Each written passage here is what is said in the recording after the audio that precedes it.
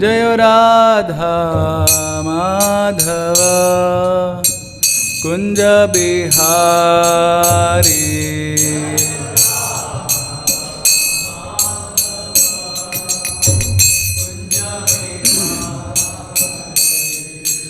गोपी जना वल्लभ गिरिवर धारी।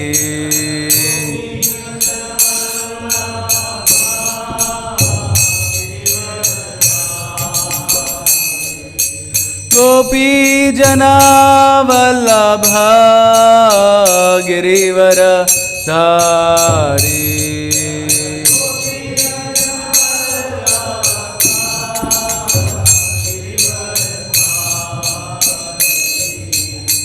यशोदानंदन ब्रज जनरंजना।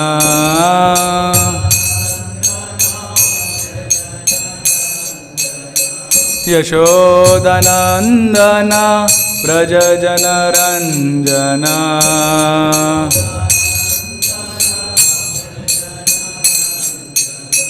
यमुना तीरा वनचारी।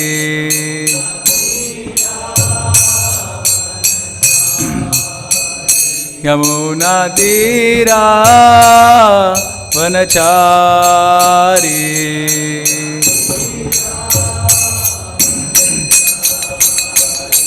जय राधा माधव कुंज बिहारी।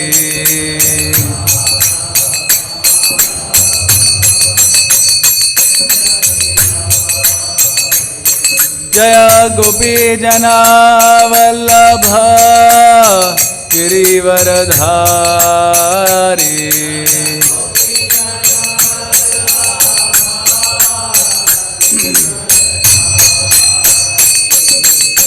यशोदानंदन ब्रज जनरंजना।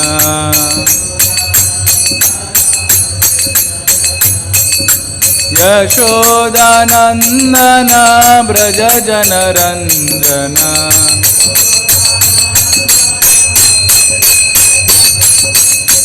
यमुना तीरा वनचारी।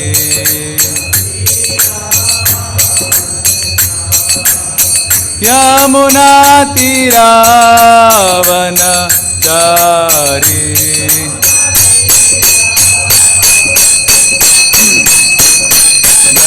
राधा माधव कुंज बिहारी।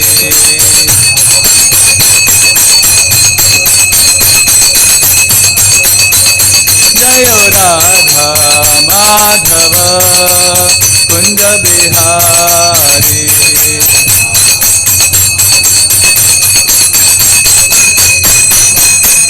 हरे कृष्णा कृष्णा कृष्णा हरे हरे। हरे राम राम राम हरे हरे।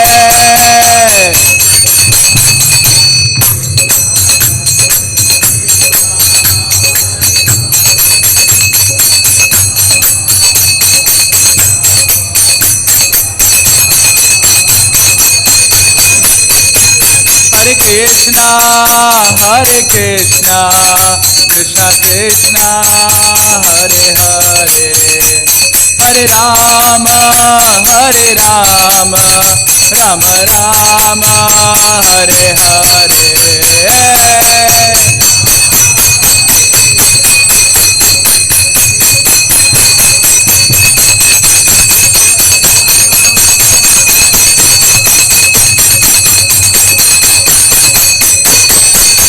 हरे कृष्णा कृष्णा कृष्णा हरे हरे। हरे राम राम राम हरे हरे।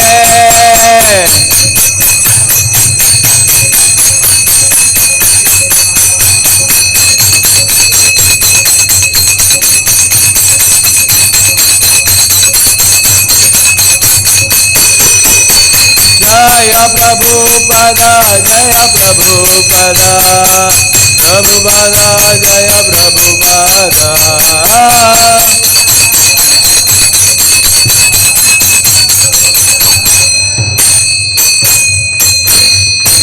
जय ओम विष्णुपाद परमहंस परिव्राजकाचार्य अष्टोत्तर शत Shri Shrimati divine grace A C Bhaktivedanta Swami शिल प्रभुपाद की जय ओम विष्णुपाद परमहंस परिव्राजकाचार्य अष्टोत्तर शत Shri Srimad his divine grace शिल भक्ति सिद्धांत सरस्वती गोस्वामी प्रभुपाद की अनंत कोटि वैष्णव वृंद की नामाचार्य शिल हरिदास ठाकुर की प्रेम से कहो जय श्री कृष्ण चैतन्य प्रभु नित्यानंद श्री अद्वैत गदाधर शिवासादि श्री गौर भक्त वृंद की श्री श्री राधा कृष्ण गोपीनाथ श्याम कुंड राधा कुंड गिरि गोवर्धन की ब्रजभूमि श्री वृंदावन धाम की नवदीप मायापुर धाम की पुरुषोत्तम क्षेत्र जगन्नाथपुरी धाम की गंगा माई यमुना माई की तुलसी देवी भक्ति देवी की समवेद गौर भक्त वृंद की निदाई गौर प्रेमानंदे all glorious assembled devotees all glorious assembled devotees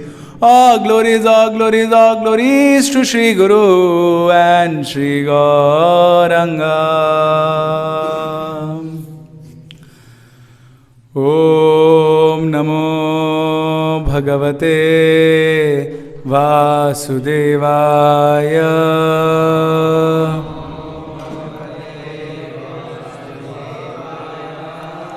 Om Namo Bhagavate Vasudevaya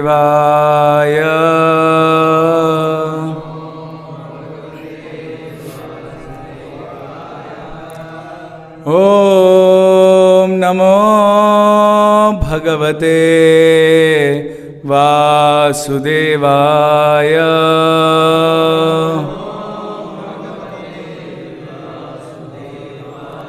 Narayanam namaskrityam naram cheva narottamam devim saraswatim vyasam tato jayamudiraye nashtaprayeshu bhadreshu nityam bhagavata sevaya bhagavati uttama shloke bhaktir bhavati naishtiki krishnaya vasudevaya devaki nandanaya cha nandagopa kumaraya govindaya namo namaha Hare Krishna आज हम चर्चा कर रहे हैं ग्रंथराज श्रीमद् भागवतम स्कंध 10 अध्याय 65 श्लोक क्रमांक 18 पूर्णचंद्र कलामृष्टे कौमुदी गंधवायुना यमुनोपवने रेमे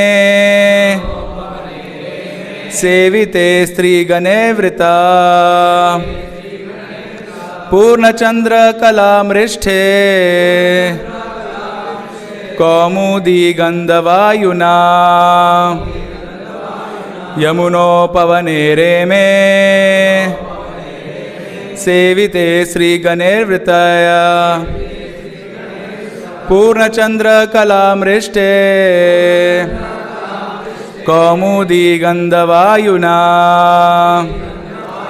यमुनोपवने रेमे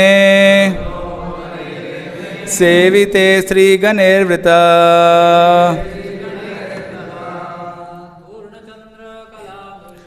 पूर्णचंद्र कलामृष्टे कौमुदी गंधवायुनः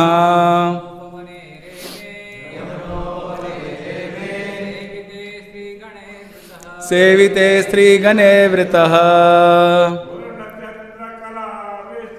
पूर्णचंद्र कलामृष्टे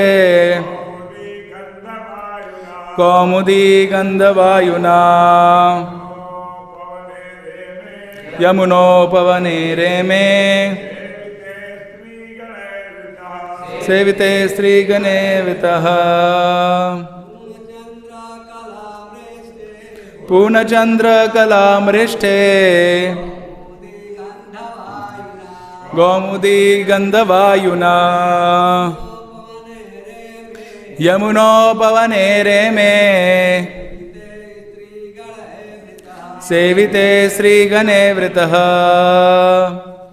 शब्दार्थ अनुवाद और तात्पर्य कृष्ण कृपामूर्ति ऐसी भक्तिवेदांत स्वामी शिला प्रभुपाद जी के शिष्य द्वारा शिला प्रभुपाद की पूर्ण पूर्ण चंद्र चंद्रमा की कला किरणों से मृष्टे नहलाई या स्नात कौमुदी कौमुदिनी की जो चांदनी पाकर खिलती है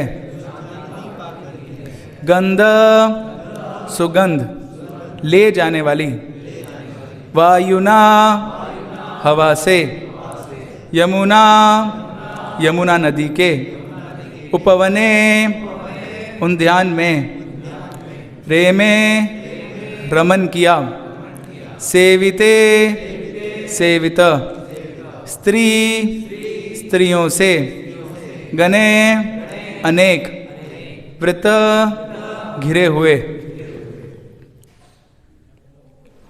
अनुवाद। अनेक स्त्रियों के संग भगवान बलराम ने यमुना नदी के तट पर एक उद्यान में रमन किया। यह उद्यान पूर्ण चंद्र की किरणों से नहलाया हुआ था और रात में खिली कुमुदिनियों की सुगंध ले जाने वाली मंद वायु के द्वारा स्पर्शित था। तात्पर्य, बहुत छोटा सा तात्पर्य। शिला विश्वनाथ चक्रवर्ती बतलाते हैं कि भगवान बलराम की माधुर्य लीला यमुना के किनारे एक छोटे से जंगल में हुई जो श्री राम घाट के नाम से विख्यात है और श्री कृष्ण की रासतली से काफी दूर है। ओम अज्ञानतिमिरन्धस्य ज्ञानाञ्जनशलाकया चक्षुरुन्मीलितं येन तस्मै श्रीगुरुवे नमः। श्रीचैतन्यमनोभीष्टं स्थापितं येन भूतले स्वयं रूपा कदा मह्यं ददाति स्वपदान्तिकं। वन्देऽहं श्रीगुरु श्रीयुतापदकमलं श्रीगुरून् वैष्णवांश श्रीरूपं सागरजातां सहगना रघुनाथान्वितं तं सजीवं सावद्वैतं सावधूतं परिजनसहितं कृष्णचैतन्यदेवं श्रीराधा कृष्णपादान् सहगना ललिता श्रीविशाखान्वितांश। नमो ओं विष्णुपादाय कृष्णपृष्ठाय भूतले श्रीमते भक्तिवेदांत स्वामिनिति नामिने। नमस्ते सरस्वते देवे गौरवाणी प्रचारिणे निर्विशेषा शून्यवादी पाश्चात्यदेशतारिणे। नमो महावदन्याय कृष्ण प्रेम प्रदायते कृष्णाय कृष्ण चैतन्य नामिने गौरतुसे नमः। हे कृष्णा करुणा सिंधु दीनबंधु जगतपते गोपेश गोपिका कांत श्रीराधा कांत नमोस्तुते। तप्त कांचन गौरांगी श्रीराधे वृंदावनेश्वरी वृषभानुसुते देवी प्रणमामि हरिप्रिये। वाञ्छाकल्पतरुभ्यश्च कृपा सिन्धुवेव च पतितानां पावनेभ्यो वैष्णवेभ्यो नमो नमः। जय श्री कृष्ण चैतन्य प्रभु नित्यानंद श्री अद्वैत गदाधर श्रीवासादि गौर भक्तवृंद। हरे कृष्णा कृष्णा कृष्णा हरे हरे हरे राम राम राम हरे हरे।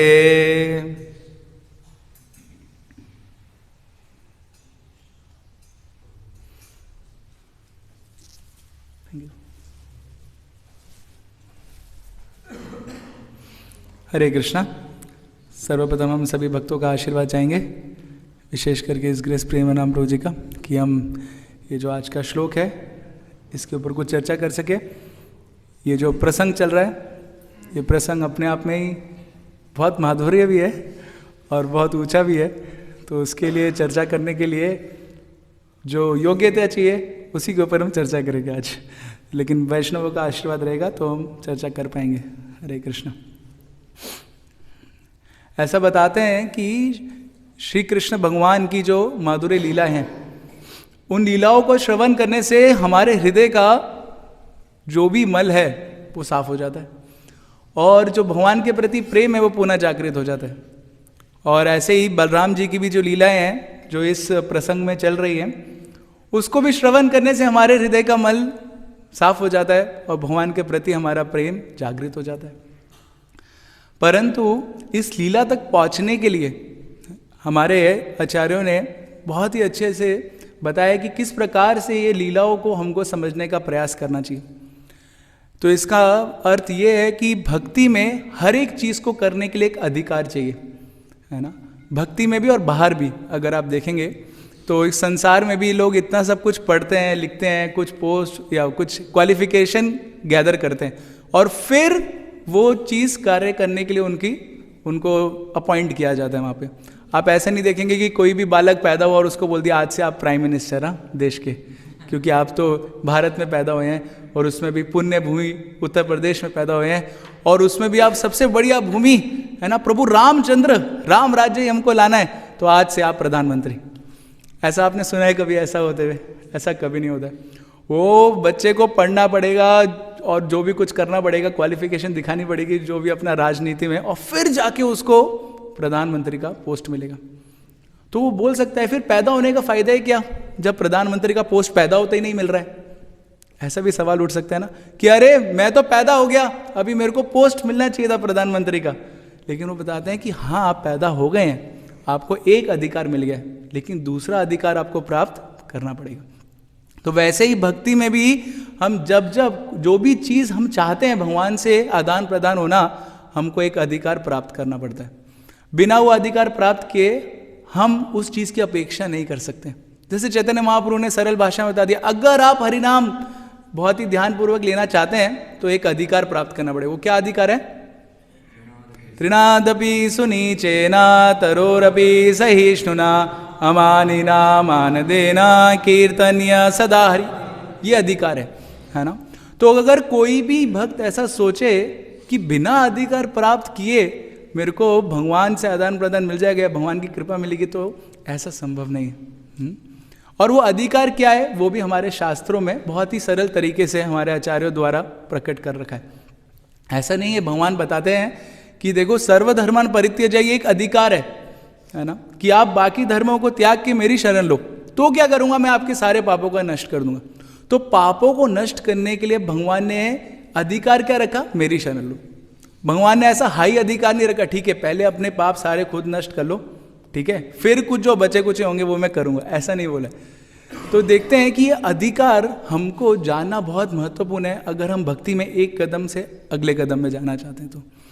तो उसी प्रकार से अभी हम यहाँ पे चर्चा करते करते ये 10वें स्कंद पे आ गए हैं, जिसके बारे में शिला प्रभुपाद जी बताया करते थे कि इससे पहले 9 स्कंद पढ़े होने चाहिए बहुत अच्छे से।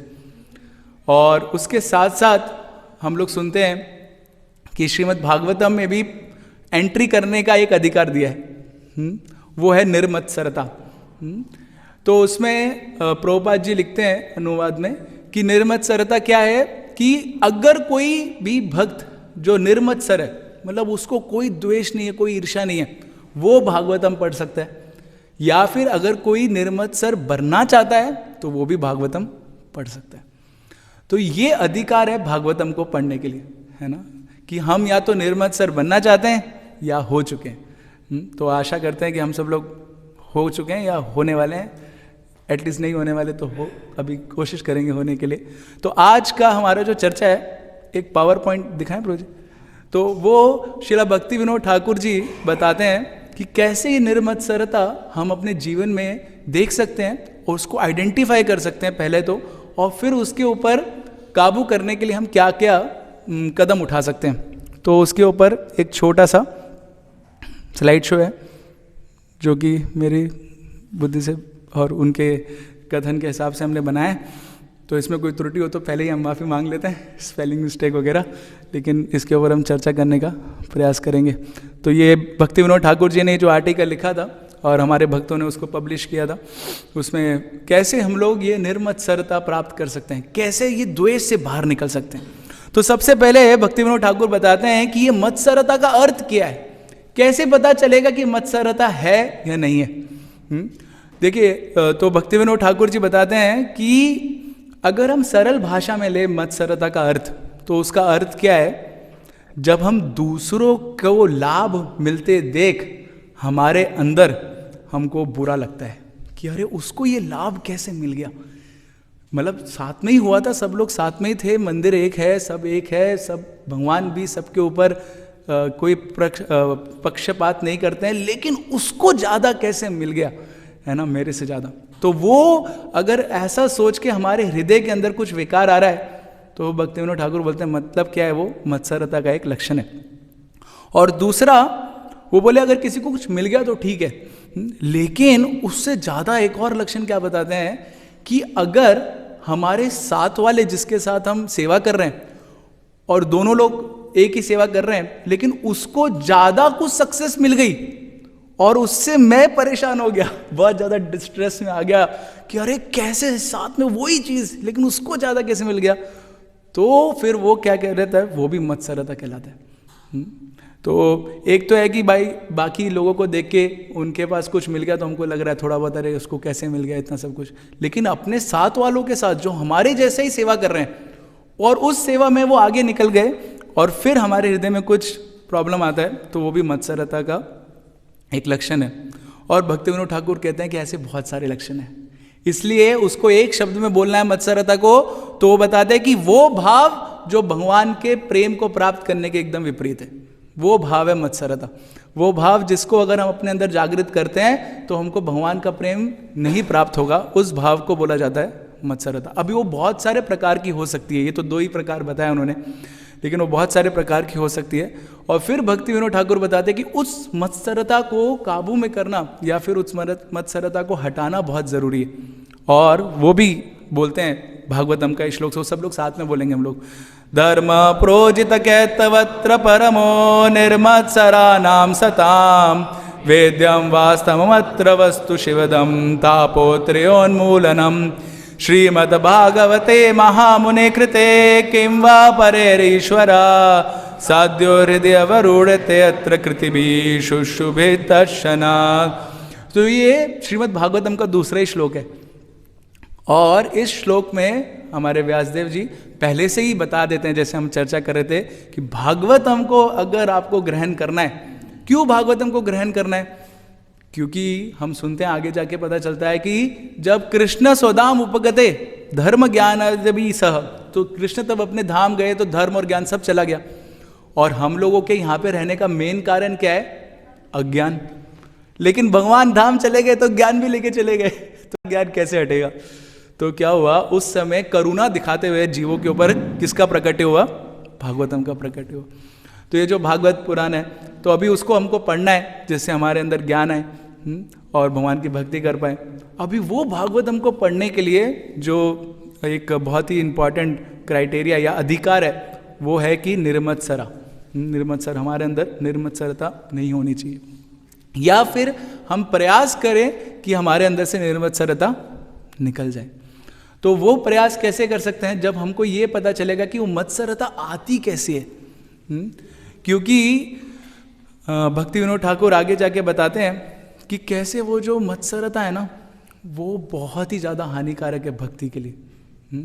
बाकी सारे अनर्था तो फिर भी चलेगा, लेकिन ये जो मत्सरता वाला अनर्थ है, ये तो आप कृष्ण की सेवा में ही नहीं लगा सकते, बहुत मुश्किल हो जाता है। इसको कृष्ण की सेवा में भी नहीं लगा सकते। काम को तो फिर भी लगा लेंगे, क्रोध को भी लगा लेंगे, लोभ को भी लगा लेंगे भगवान की सेवा में, लेकिन ये मत्सरता को नहीं लगा सकते।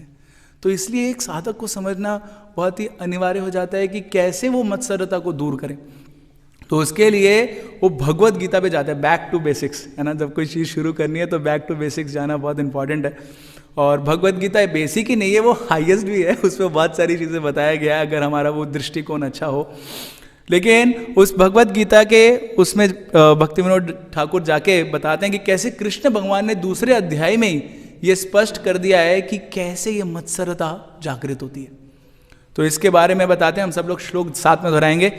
ध्यायतो विषयान् पुंसां संगस्येषुपजायते संगात् संजायते कामा कामा क्रोधो विजायते क्रोधा भवति सम्मोहा सम्मोहा स्मृतिविभ्रमा स्मृतिभ्रंशात् बुद्धिनाशो बुद्धिनाशा प्रणश्यति। भगवान का वाणी देखिए कितना अच्छा है।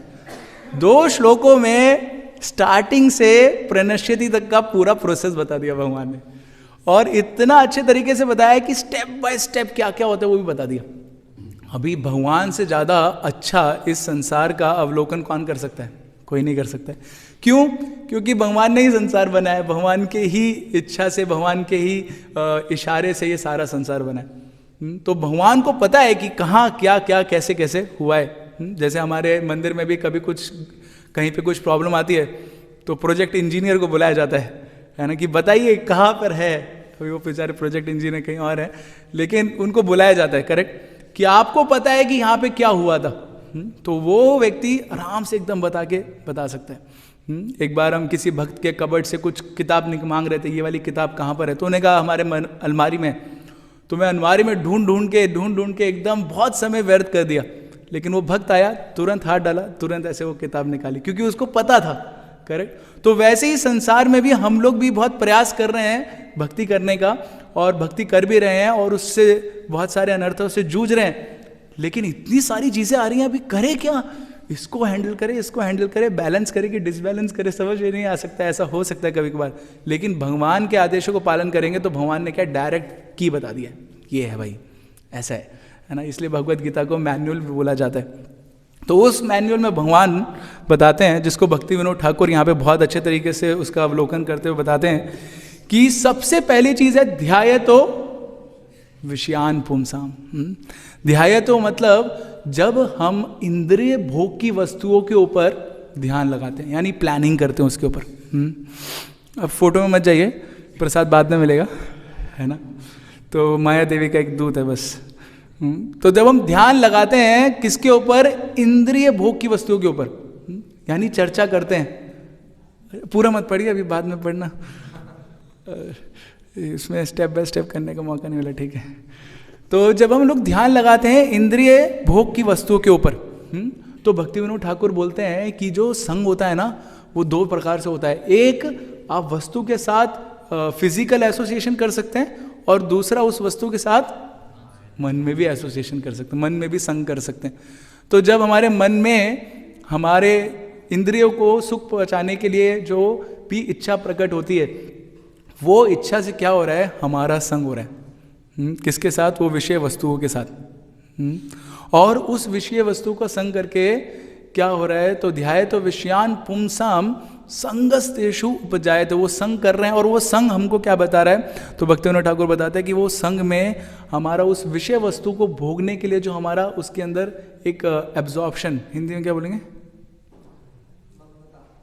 हाँ प्रभु जी, मग्नता। हाँ, तो मग्नता बहुत हो जाती है, और फिर हमको वही चीज़ याद आने लग जाती है बार बार, और फिर बार बार हम उसका संग करने लग जाते हैं। तो उसको बोला गया है काम।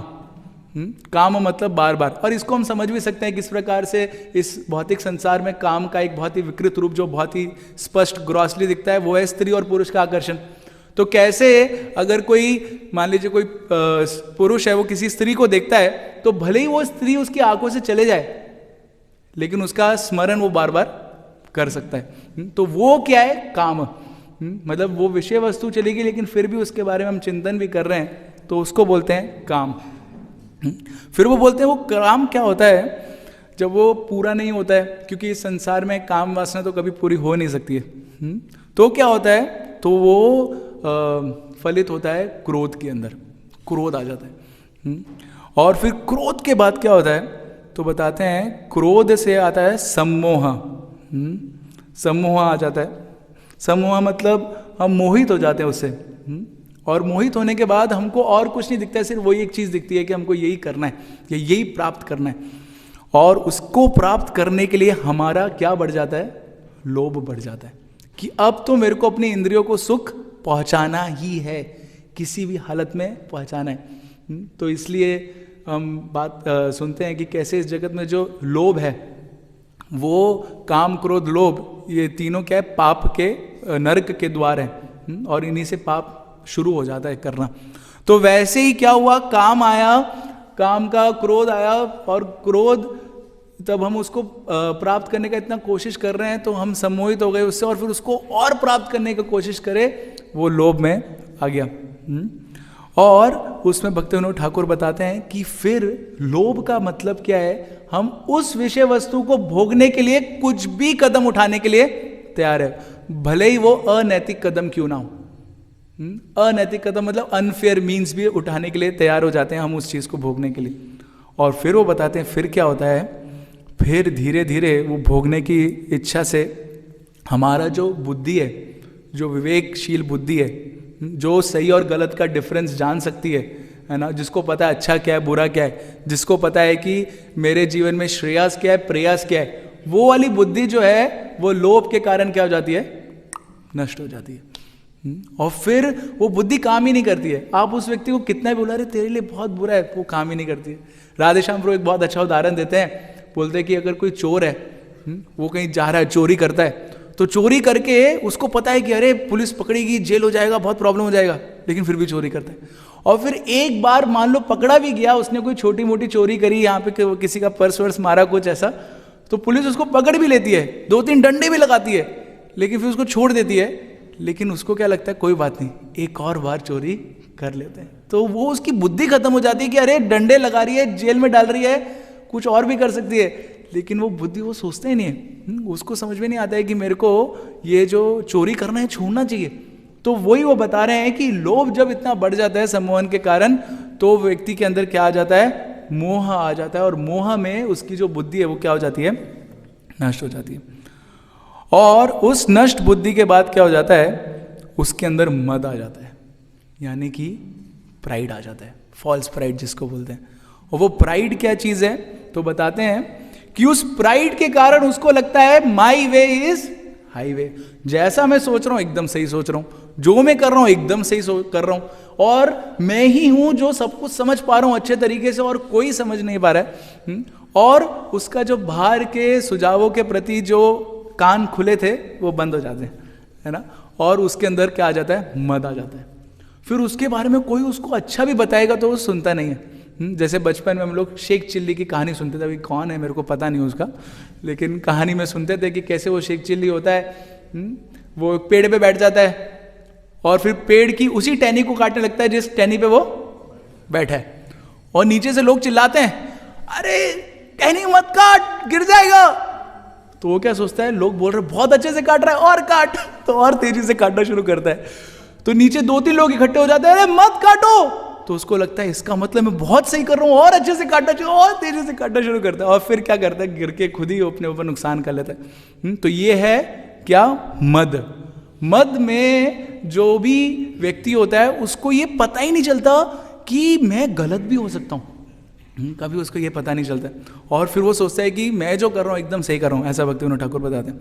और बताते हैं कि ये जो मद है ना, ये मद आगे जाके तब्दील हो जाता है किस चीज़ में, मत्सरता में। ये मद तब्दील हो जाता है मत्सरता में, और यही मद कारण हमारे जीवन में संसार में रहने का।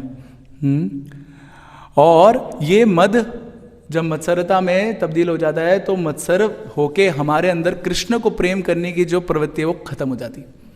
तो इसलिए आप देखेंगे जो व्यक्ति मत्सर है उसके पास ये सारी चीज़ें मिल जाती हैं आपको। तो अगर आप देखेंगे कि जो काम है और क्रोध है, तो क्रोध के अंदर काम भी ऑलरेडी इंक्लूडेड है, और लोभ अगर अगले लेवल पे आए तो उसके अंदर काम भी है क्रोध भी है। फिर मोह पे आए तो उसमें काम क्रोध लोभ भी है और मोह भी है ना। और फिर मद में आए, मद मतलब प्राइड में आए, तो प्राइड में क्या है, काम भी है क्रोध भी है लोभ भी है और मोह भी है, तभी व्यक्ति मद हुआ है ना, मद हुआ है, नहीं तो वो मद कैसे होगा। और जिसके अंदर मत्सरता है उसके अंदर तो काम क्रोध लोभ मोह और मद पांचों चीजें, ऐसा भक्तिविनोद ठाकुर उसमें लिखते हैं। तो ये एक के अंदर एक इंक्लूड होता रहता है, तो उसको बोलते हैं मत्सरता। और इसलिए आप देखेंगे कभी किसी व्यक्ति के अंदर मद है ना, तो उसकी बुद्धि नाश होने के कारण वो विवेक बुद्धि क्योंकि चली गई, मोह आ गया, तो वो अपने भले की चीज को भी नहीं पहचान पाएगा, है ना। इसी को बोलते हैं मद, मोह और मद ऐसे करके। तो भक्तिविनोद ठाकुर बताते हैं कि इसलिए हमको जानना चाहिए कि जो मत्सरता है वो शुरुआत कहाँ से हुई है, काम से ही शुरुआत हुई है उसकी। इसलिए भगवान भी बताते हैं ना कि काम ही है अर्जुन जिसकी वजह से हम सब कुछ पाप वगैरह कर रहे हैं भगवत गीता के अंदर, तो वो काम से हमारी शुरुआत हुई है। तो इसलिए अगर हमको उसको क्या कहते हैं पराजित करना है या मत्सरता के ऊपर काबू पाना है तो क्या करना चाहिए, तो भगवान भगवत गीता में हिंट देते हैं अर्जुन को। भगवान बताते हैं, हम लोग साथ में पढ़ते हैं, एवं बुद्धे परम बुद्ध्वा संस्थाभ्यात्मनात्मना जहि शत्रु महो बाहो काम रूपम दुरासदम। तो बताते हैं कि देखो अर्जुन, आपको सबसे पहली चीज समझना चाहिए कि ये जो आत्मा है ना, ये आध्यात्मिक जगत को बिलोंग करती है, ट्रांसीडेंस को बिलोंग करती है। ये जो इस जगत की बुद्धि है ना, इससे बहुत ऊपर है आत्मा। तो आप आत्मा को सब इस बुद्धि से समझने की कोशिश मत करो, और उसके क्या कहते हैं जो मोह वगैरह है उसके काबू में मत आइए। और अपने मन को क्या करिए, मन को आप भक्ति में लगा सकते हैं कब, जब आप एक दृढ़ता लेके आएंगे और दृढ़ता के साथ जो काम है उसको काबू कर पाएंगे। तो यहाँ पे भगवान सीक्रेट बताते हैं कि हमको अगर मत्सरता को काबू में करना है तो हमको सबसे पहले एक हेल्प लेनी पड़ेगी। किसकी? ये जो हमारी आत्मा है, हम भी जो आत्मा है, हमारी नहीं, हम जो आत्मा है वो आत्मा क्या है? आध्यात्मिक है। आध्यात्मिक होने के कारण ये भौतिक जगत से, भौतिक चीज़ों से उसका स्पर्श नहीं है। इसलिए आप किसी भी चीज़ में, किसी भी शास्त्र में पढ़ेंगे ना, तो आत्मा का स्पर्श नहीं बताया जाता है कभी भी इस जगत से। वो क्या है? उसका एक परसेप्शन है, या वो एक तरीके से देख रही है और उससे वो आत्मा के अंदर जो विकार है वो आ रहे हैं, लेकिन उसने स्पर्श नहीं किया, वो स्पर्श कर ही नहीं सकते। स्पिरिचुअल और मटेरियल चीज़ें वो इनसॉल्युबल मॉलिक्यूल्स है, इनसॉल्युबल समझते हैं, मिल नहीं सकते। जैसे तेल हो गया और पानी हो गया, तो तेल को पानी में मिलता नहीं है, वो तेल पानी से, है ना, हमेशा अलग रहे। तो वैसी आत्मा भी रहती है, लेकिन आत्मा को ऐसा लग रहा है कि अरे मेरे अंदर ये मत्सरता है, मैं मत, वो सब आत्मा का परसेप्शन आ गया। तो उसको दूर करने के लिए वो बता रहे हैं भगवान भी कि ये जो काम है ना, इसके ऊपर काम करना चाहिए। काम क्या था हमने देखा, क्या जब हम इंद्रियों को भोग करने की वस्तुओं का या तो सही में उसका संपर्क में आते हैं या तो उसके बारे में सोचते हैं, तो वो काम, और सोचने से फिर आगे सब कुछ शुरू हो जाता है। तो इसलिए भक्तिविनोद ठाकुर बताते हैं कि इसका मतलब अगर जो ये द्वेष है ना, ये जो मत्सरता है, ये क्या है, इसका सब कुछ अगर साइंस अगर हम समझे तो पहली चीज़ है ये मत्सरता के अंदर सारे बाकी वासना इंक्लूडेड है। तो कोई ऐसा नहीं बोल सकता कि अगर मेरे अंदर मत्सरता है, जिसका हमने परिभाषा स्टार्टिंग में देखा था कि किसी को अगर कुछ सक्सेस मिल रहा है तो उससे हमारे अंदर विकार आ रहा है, तो हमको तुरंत समझ जाना चाहिए कि इसका मतलब मेरे अंदर और क्या चीज़ें हैं, काम भी है, क्रोध भी है, लोभ भी है, मोह भी है और मद भी है। पांचों चीज़ें हैं, ऐसा नहीं बोल सकते कि नहीं है। इसलिए कभी आप देखेंगे जो मत्सर व्यक्ति होता है वो कोई भी चीज़ को सुनने के लिए रेडी नहीं होता है। उसको क्यों? क्योंकि वो ऑलरेडी मद हो चुका है ना, और उसको आप कितना भी बताओ वो समझ नहीं पाएगा। क्यों? क्योंकि उसका मोह में आ गया है, वो उसकी जो बुद्धि है वो नष्ट हो चुकी है, विवेक बुद्धि, वो नहीं समझ सकता है खुद से। कैसे होगा फिर ये मत्सरता के बाहर कब आएंगे? तो उसके लिए बता रहा है आपको काम को कंट्रोल करना पड़ेगा। फिर भक्तिविनोद ठाकुर बताते हैं कि यही मत्सरता के कारण हमारे जीवन में जो भी कुछ पाप करने की वासना या पाप या पुण्य करने की वासना या और भी ये जो बुद्धि नष्ट, ये सारे की जो भी इस भौतिक संसार में हमको बांध के रखने वाले जो मिजरीज हैं, मिजरीज को क्या बोलते हैं, दुख हैं, वो सारे दुख भी आ जाते हैं मत्सरता के कारण। इसलिए आप देखिए मत्सरता के कारण व्यक्ति जो है वो खुद अपने आप को जलाता रहता है अंदर ही अंदर, एनवी के कारण, है ना। और बाहर वाले को, व्यक्ति को कुछ होता नहीं है, जिसके प्रति हम मत्सर बन रहे हैं उसको कोई असर नहीं पड़ता है, लेकिन हम अपने अंदर ही, हृदय के अंदर उसको इतना सोच के डिप्रेशन में, और आजकल तो इतनी सारी प्रॉब्लम्स हो रही हैं सिर्फ इसी वजह से हो रही है, क्योंकि माइंड में इतना सोच रहे हैं। अभी वो माइंड भी हाइपर एक्टिव होके, और फिर क्या हो रहा है, हमारा ही खुद को हम क्या कर रहे हैं, उसको नाश कर रहे हैं।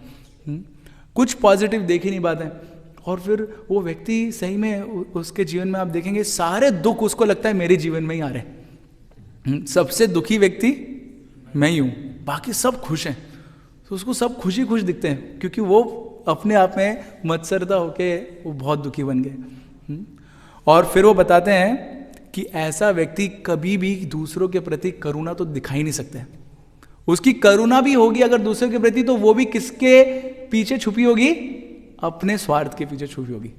तो वो सही में जो वास्तविक करुणा है, जो हमको चैतन्य महाप्रभु ने बताया, या जिसके लिए प्रभुपाद जी ने ये पृथ्वी से आधे नगर आदि ग्राम, है ना, प्रचार कर रहे हैं, वो करुणा वो कभी नहीं दिखा पाएगा।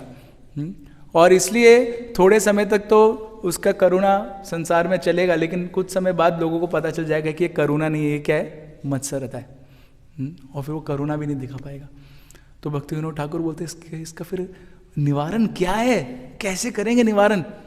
तो वो अंत में बताते हैं कि चैतन्य महाप्रभु ने जो बताया है वो श्लोक का अगर हम लोग पालन करेंगे तब भी उसका निवारण होगा। और वो श्लोक हम लोग चैतन्य चरितामृत के भी पढ़ेंगे और उसका अर्थ देखेंगे अपने जीवन में, और फिर हम विराम करेंगे आज की कक्षा को। तो बताते हैं, चैतन्य महाप्रभु ने बताया है, त्रिनादपि सुनीचेना तरोरिवा सहिष्णुना अमानिना मानदेना कीर्तन्या सदा हरि। तो चैतन्य महाप्रभु तब अंत्य लीला में चैतन्य चरितामृत के 20वें अध्याय में, जो आखिरी अध्याय है, उसके अंदर स्वरूप दामोदर और रामानंद राय के साथ अपने दिल की बात बता रहे हैं। और फिर दुई प्रकारे सहिष्णुता करे वृक्ष समा। तो वो पहली चीज बता रहे हैं, अगर आप ये सोच रहे हैं कि हमारे अंदर त्रिनादपि है, तो पहली चीज क्या है वो बता रहे, उत्तम हर्षा अपन के माने त्रि अधम। तो बता रहे जो व्यक्ति के अंदर ये सहिष्णुता है, वो सबसे पहली चीज क्या सोचता है कि मैं तो सबसे ज्यादा अधम हूं। वो कभी ये नहीं सोचेगा कि मेरे अंदर सहिष्णुता है ना। तो इसलिए हमेशा कार्य करता रहेगा, इसलिए हमेशा वर्क करता रहेगा अपने ऊपर कुछ ना कुछ। वो हमेशा कभी कॉन्फिडेंट नहीं आएगा उसको, क्योंकि हमने देखा प्राइड में क्या हुआ, उसको कॉन्फिडेंस आ गया कि जो मैं कर रहा हूँ वो एकदम सही है, मैं सब समझ गया हूँ, मेरे ऊपर कुछ नहीं, नीचे कुछ नहीं, आगे कुछ नहीं, पीछे कुछ, ऐसा भगवान बोलते भगवत गीता में, मैं ही परम सत्य हूँ। तो वही मद व्यक्ति को क्या लगता है, मैं ही परम सत्य हूँ। लेकिन यहाँ पे बता रहे हैं उसके स्टार्टिंग में क्या है कि उस व्यक्ति को लग रहा है कि मैं तो सबसे ज्यादा अधम हूँ, तो मतलब मैं सब कुछ सही नहीं कर रहा हूँ, मैं परम सत्य नहीं हूँ, ऐसा उसको लगता है सबसे पहली। और फिर दुई प्रकारे सहिष्णुता करे वृक्षम, दो प्रकार की सहिष्णुता वो दिखाता है। वो कौन सी दो प्रकार की सहिष्णुता दिखाता है? तो अगले श्लोक में बताते हैं, वृक्ष ये न कटिएला किछु ना बोलाया,